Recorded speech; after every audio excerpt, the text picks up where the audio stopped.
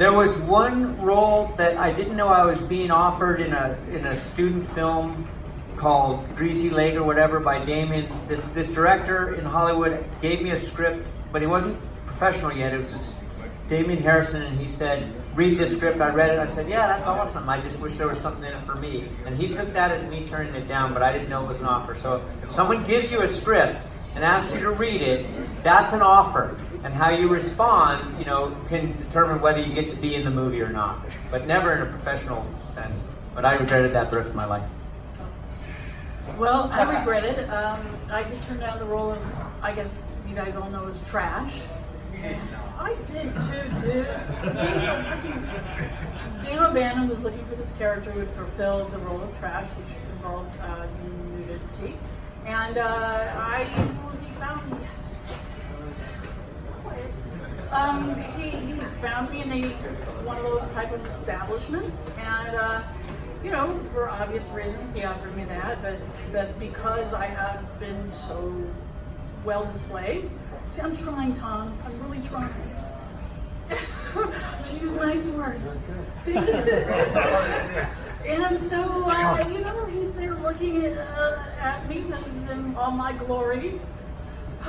And he then actually says, I'm doing this movie, and everybody in Hollywood is doing a movie, and especially if you're having to be there displaying it all, they're all doing a freaking movie.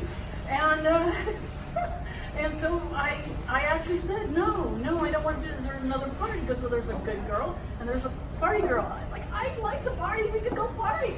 And Dan and I did go party. And it was wonderful because he named the character after my nickname, my childhood nickname, which was Casey. And we partied. And so I regret, because obviously Linnea, who was absolutely fantastic in this part, went on to do so many more things, and you know, but I don't think we would have gotten our rating if I did it. And there you go. That was my big thing. I never do that. Yeah. No.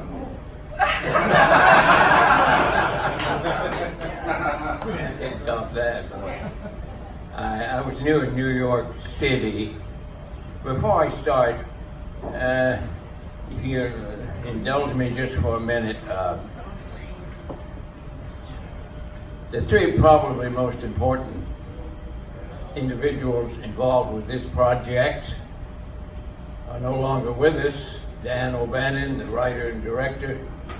James Karen, probably the man who wiped all of us off the screen. And the guy who played the mortician is who? Don Calfa. Probably the most important individuals involved in this project. They're all gone. And I think that we all regret they're not here with us in the premiere of this great beginning of the festival that the two young men, enterprising entrepreneurs, have put together, and they've done so well with it. I just wanted to thank these three men who are not with us. I know all of us think about them from time to time. They cast us. I don't know if they wanted all of us, but they cast us. And I appreciate being with all of the great artists who were perfectly cast, of course.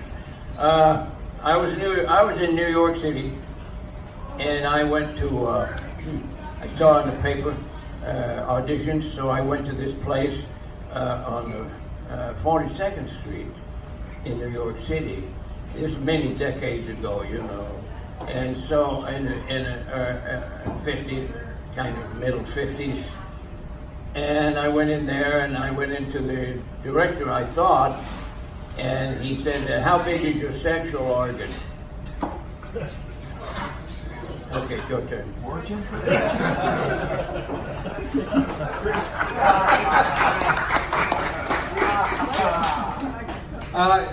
No, I don't recall ever turning down something I later regretted.